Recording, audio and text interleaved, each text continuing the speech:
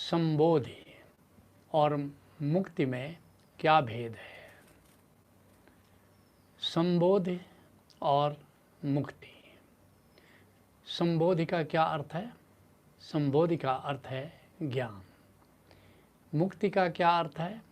मुक्ति का अर्थ है मोक्ष। सभी खोजियों की यही जिज्ञासा है। महर्षि रमण कहते थे, पूछो, खुद से पूछो, मैं कौन हूँ। जनक की भी जिज्ञासा यहीं से शुरू होती है। अपने गुरु अष्टावक्र से पूछते हैं, गुरुदेव कथम ज्ञानम, कथम मुक्तिम, वैराग्यम किम भविष्यति। कहते ज्ञान क्या है, कैसे प्राप्त होगा? मुक्ति क्या है, कैसे प्राप्त होगी? वैराग्य क्या है, कैसे प्राप्त होगा? यही जिज्ञासा तुम्हारी है। तो आओ पहले जानते हैं कि संबोधि क्या है, ज्ञान क्या है, या एनलाइटनमेंट क्या है। ये तीनों शब्द समानार्थक है, पर्यायवाची हैं। मैं कौन हूँ, हु एम आई, अर्थात स्वयं का समग्र बोध संबोधि या ज्ञान है। समग्र बोध, ऐसा नहीं, पार्शियल नहीं, अंशतः नहीं, पूर्ण रूप से यह जानना कि मैं कौन हूँ, इसका नाम संबोधि है, इसका नाम ज्ञान है। कैसे ज्ञान प्राप्त होगा, कैसे संबोधि होगी? इसके लिए 5 चरण हैं, 5 सोपान हैं। क्या है? पहला सोपान क्या है? आत्मज्ञान। मैं देह नहीं, मैं इंद्रियां नहीं, मैं प्राण नहीं, मैं हृदय नहीं, मैं मन नहीं, मैं अस्मिता नहीं, मैं हूँ आत्मा। मैं हूँ चिन्मय आत्मा, मैं हूँ नादमय आत्मा, मैं हूँ नूरानी आत्मा। ये है आत्मज्ञान। देह से तुमने तादात्म्य तोड़ लिया, आत्मा से तादात्म्य जोड़ लिया। तो ये पहला चरण है संबोधि का कि मैं हूँ आत्मा। लेकिन क्या मैं अस्तित्व से अलग थलग हूँ? तो दूसरे सोपान पर जानते हो कि मैं अस्तित्व के साथ एक हूँ। मैं आत्मा हूँ और अस्तित्व का अंग हूँ, अस्तित्व का एक्सटेंशन हूँ। इसको कहते हैं अद्वैत ज्ञान। तीसरा सोपान है कैवल्य ज्ञान, अर्थात ये समस्त अस्तित्व ये मेरा ही विस्तार है। अहो अहम ब्रह्मास्मि। फिर चौथा सोपान क्या है? निर्वाण ज्ञान। न मैं हूँ न तू है, न मेरा कुछ है न तेरा कुछ है। ये समस्त अस्तित्व एक परमानंद अखंड अस्तित्व है। यह ज्ञान निर्वाण ज्ञान है। और फिर पांचवा परम पद, ईशावास्य इदम सर्वम यद किंचित जगत्यान जगत। अभी तक निराकार की बात हो रही थी, लेकिन अब ऋषि कहता है ये थोड़ा बहुत आकार जो है, थोड़ी बहुत जो सृष्टि है, यह भी परमात्मा है। और यहाँ संबोधि अपना शिखर छूती है, लेकिन यात्रा इसके पार भी है। ओशोधारा में संबोधि और उसके पार की यात्रा के लिए 28 तल के कार्यक्रम निर्धारित हैं, क्योंकि ये अनुभव की यात्रा है। ये कोई दर्शन नहीं है, ये कोई सिद्धांत नहीं है, ये अनुभव की यात्रा है। ज्ञान, संबोधि या एनलाइटनमेंट। तो अब जानते हैं मुक्ति क्या है। लेकिन मुक्ति जानने के पहले ये जानना ज़रूरी है कि मुक्ति किससे, आखिर बंध क्या है जिससे हमको मुक्त होना है। अतृप्ति बंध है, सीधी साधी बात है। अगर तुम अतृप्त हो तो ये तुम्हारी अतृप्ति ही बंध है। ऐसा नहीं कोई बाहर का कोई तत्व हमारे लिए बंध का कारण बनता है। जब तक हमारी चेतना में अतृप्ति है तब तक बंध है। इसीलिए जीव बार बार धरती पर आता है और एक दिन जीवन की लंबी यात्रा में, महाजीवन की लंबी यात्रा में, परम जीवन की यात्रा में एक दिन स्वयं में तृप्त हो जाता है। लेकिन जब तक अतृप्ति है तब तक बंध है और तब तक हमें धरती पर बार बार जन्म लेना पड़ता है। इसी अतृप्ति के कारण काम है, क्रोध है, लोभ है, मोह है, ईर्ष्या है, द्वेष है। यूँ भी कह सकते हो कि अतृप्ति के ये सब लक्षण हैं, बंध के ये सब लक्षण है। किसी भी व्यक्ति में अगर कामना है तो समझ लेना बंध है। क्रोध है, ये भी बंध के लक्षण है, अतृप्ति के लक्षण है कि व्यक्ति अतृप्त है, क्रोध क्यों करेगा। लोभ है, और अधिक चाहिए, और की मांग है, मतलब अतृप्ति है। मोह है, जो मेरा है वो कहीं छूट न जाए, कहीं भय है, तो कहीं न कहीं अतृप्ति है। दूसरे से ही हम तृप्त हो सकते हैं, अगर वो दूसरा चला गया तो फिर, तो जब तक मोह है तब तक अतृप्ति है, तब तक बंध है। ऐसे ईर्ष्या हो रही है किसी से, ईर्ष्या क्यों हो रही है। उसे जो मिलना था उसे मिल रहा है, तुम्हें जो मिलना था परमात्मा तुम्हें दे रहा है। क्या तुम्हें जो मिल रहा है वो काफ़ी नहीं है, तुम दूसरे से तुलना क्यों कर रहे हो। अगर ईर्ष्या है तो अतृप्ति है, अतृप्ति है तो बंध है। और फिर द्वेष, क्यों दूसरे को हानि पहुंचाने की कोशिश कर रहे हो।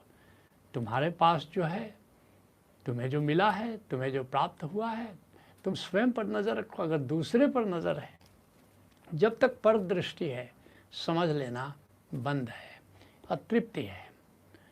और इसी अतृप्ति के कारण काम, क्रोध, लोभ, मोह, ईर्ष्या, द्वेष, अहंकार, महत्वाकांक्षा, लोग महत्वाकांक्षा पाले बैठे हैं। क्यों महत्व, दूसरे हमें महत्व दें, क्यों। क्या दूसरे के महत्व देने से तुम तृप्त हो जाओगे। तो जब तक महत्वाकांक्षा है तब तक अतृप्ति है और तब तक बंध है। अब जानते हैं फिर मुक्ति क्या है। तृप्ति अर्थात अकारण आनंद ही मुक्ति है। अब स्वयं में तुम तृप्त हो, तुम्हें अपनी खुशी के लिए किसी दूसरे की ज़रूरत नहीं है, बाहर के किसी विषय की ज़रूरत नहीं है। इसलिए कहते हैं अष्टावक्र, तृप्तः स्वस्थेन्द्रियो नित्यम न शोचति न कांक्षति। कहते हैं कि बस अपने आप में, अपने भीतर ही मैं तृप्त हो गया हूँ। अब अपनी खुशी के लिए मुझे बाहर की किसी चीज़ की ज़रूरत नहीं है। न तो उसके लिए शोक करता हूँ, कुछ गया तो गया, और नहीं कामना करता हूँ कि हमको दूसरा कोई कुछ दे दे। ये दूसरे से कुछ भी चाह, दूसरे से प्राप्त करने की कोई भी अब अपेक्षा हमारी नहीं है, क्योंकि अपने आप में ही मैं तृप्त हूँ, अपने आप में ही मैं आनंदित हूँ। लेकिन इस आनंद की स्थिति को प्राप्त करने के लिए, स्वयं में तृप्ति की स्थिति को प्राप्त करने के लिए, मुक्ति की स्थिति को प्राप्त करने के लिए हमें 8 उपाय करने पड़ेंगे। क्या करना पड़ेगा। पहला उपाय, कहाँ से यात्रा शुरू करनी पड़ेगी। बोध से शुरू करनी पड़ेगी। कहाँ पर बोध। संसार में हम जीते हैं, संसार में रहते हैं, तो संसार में हम सोए सोए रहते हैं, सोए सोए जीते हैं, बेहोशी में जीते हैं। कहते हैं दरिया साहब, ये सारा दरिया सोता सकल जग, जागत नाही कोय, और जागे में फिर जागना जागत कहिए सोए। ये जागना है, कहाँ से जागरण शुरू होगा। ये संसार से शुरू होगा। संसार में हम परिवार के बीच में रहते हैं, संबंधियों के बीच में रहते हैं, अपनी भूमिका के प्रति जागना होगा। अब हमारी पत्नी है, और क्या हम उस समय हम जानते हैं अपनी भूमिका के प्रति जागे हुए हैं। क्या हम पति हैं, पत्नी के प्रति हमारा क्या रोल है, क्या भूमिका है। पत्नी का देख रेख करना है, पत्नी को प्रेम देना है, पत्नी को केयर करना है। क्या ये भूमिका हमें याद है। क्या हमारा पुत्र है, हमारी पुत्री है, एक पिता की भूमिका है, क्या हम उसे निभा रहे हैं। जैसे कोई युवा है और पिता के सामने है, क्या उसको याद है कि हम पुत्र हैं, हमें पिता का आदर करना है, पिता को सम्मान देना है। तो विभिन्न भूमिकाएं हैं हमारी। कोई हमारा दोस्त है तो क्या उसके प्रति हमारी भूमिका हमें याद है। तो इस तरह से अगर भूमिका के प्रति अगर जागे हुए हो तो समझ लेना कि तुम बोध से भरे हो।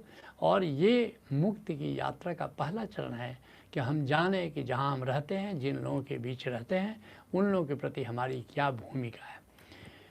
दूसरा चल रहा है दृष्टा। अब बाहर के जगत के प्रति जागरण घटित हो रहा है या हुआ। अब अंतर जगत में अंतर जगत का क्या मतलब? यह हम प्रतिबिंब है, बाहर के जगत में हम जीते हैं, उसका प्रतिबिंब अंतर जगत है। अब वहाँ पर तरंगे उठती हैं, वहाँ पर प्रतिक्रियाएं उठती हैं, भावनाएं उठती हैं, विचार उठते हैं, सांसें चल रही हैं। क्या उसके प्रति हम जागे हुए हैं? अगर जागे हुए हैं तो ये दृष्टा है, अंतर जगत के प्रति जागने का मजा लेना। फिर तीसरा चरण है ध्यान। अब अंतर जगत के भी भीतर गए, जहाँ निराकार है, जहाँ शून्यता है, और उस निराकार के प्रति अगर हम जागे हुए हैं तो उसका नाम ध्यान है। तो फिर ध्यान का मजा लेना है। चौथा चरण क्या है? साक्षी। साक्षी क्या है? अब जब निराकार के प्रति हम जाग गए तो हम जानेंगे कि यह निराकार चिन्मय है, नाद से गूंज रहा है, नूर से जगमगा रहा है, और इस तरह ये नाद से गूंजता हुआ, नूर से जगमगाता हुआ यह चिन्मय अंतराकाश ही हमारी आत्मा है, और इसके स्मरण में जी रहे हैं, इसके स्मरण में जीने का मजा ले रहे हैं, तो साक्षी है। और फिर पांचवा सोपान क्या है? समाधि। अब ये जो भीतर चिन्मय अंतराकाश है, अगर इसमें हम डुबकी लग रही है, इसमें लीनता घटित हो रही है, जागरण मात्र केवल बच रहा है, तो ये समाधि है। और फिर छठा उपाय क्या है मुक्ति का? आत्मज्ञान, अर्थात मैं आत्मा हूँ। अब देह से तादाद में टूट गया, मन से तादाद में टूट गया, मैं विशुद्ध आत्मा हूँ, एको विशुद्ध बोधो इति निश्चयवानिना, मैं केवल विशुद्ध बोध हूँ। अगर ये निश्चय की आग पैदा हो जाए तो समझना आत्मज्ञान घटित हो गया। और सातवां उपाय क्या है? अब निष्कामना। अब यहाँ से कोई कामना नहीं, अब कामना को विदा कर दो, दूसरा कोई मेरे लिए कुछ करे, इसकी सारी अपेक्षाएं विदा कर दो। इसीलिए ये जो कर्म करने का कैसे घटित होगा? सामान्यतः हमारी कामना का संबंध फल से होता है, अमुक फल मुझे मिल जाए, हम कुछ कर्म कर रहे हैं, उद्देश्य होता है, उद्देश्य होना ठीक है, लेकिन हमारे उद्देश्य के अनुसार फल मिले ये कामना है नहीं। ये कर्म मात्र करने का मज़ा अगर तुम लेते हो, कर्म करने का मज़ा, फल का मज़ा तो संसार ही लेता है, लेकिन योगी कर्म करने का मज़ा लेता है, तो समझ लेना निष्कामना घटित हो गई। इसलिए अष्टावक्र कहते हैं, हे जनक, कामना जैसी व्याधि नहीं और निष्कामना सी समाधि नहीं।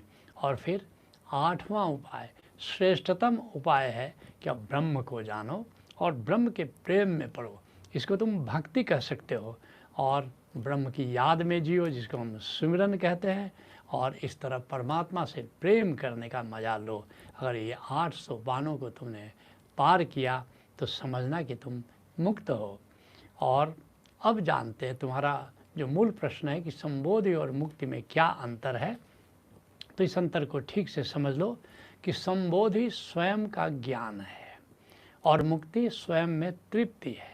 ज्ञान तो हुआ, लेकिन तुम्हें तृप्ति भी मिल जाए कोई ज़रूरी नहीं है। तो स्वयं में तृप्त अगर हो जाते, स्वयं में आनंदित हो जाते हो, तो वह मुक्ति की अवस्था है। और क्या अंतर है? संबोधि मुक्ति का सोपान है और मुक्ति उसका मंदिर है। ये संबंध है कि ज्ञान वो जो फाउंडेशन है, उस पर मंदिर, मुक्ति का मंदिर खड़ा होता है। तीसरा क्या है? संबोधि साधन है और मुक्ति साध्य है। और अंतिम जो संबंध या भेद बताना चाहूँगा कि संबोधि का संबंध इसी जीवन से है, जबकि मुक्ति का संबंध महाजीवन से है। अनंत अनंत जन्मों की श्रृंखला है, और एक बार मुक्त हो जाते हो तो ये जो जन्म और मृत्यु का चक्र है, इस चक्र से तुम स्वच्छंद हो जाते हो, स्वतंत्र हो जाते हो। तो यह मुक्ति की अवस्था है। पहले प्रश्न पर चर्चा को यहीं विराम देते हैं।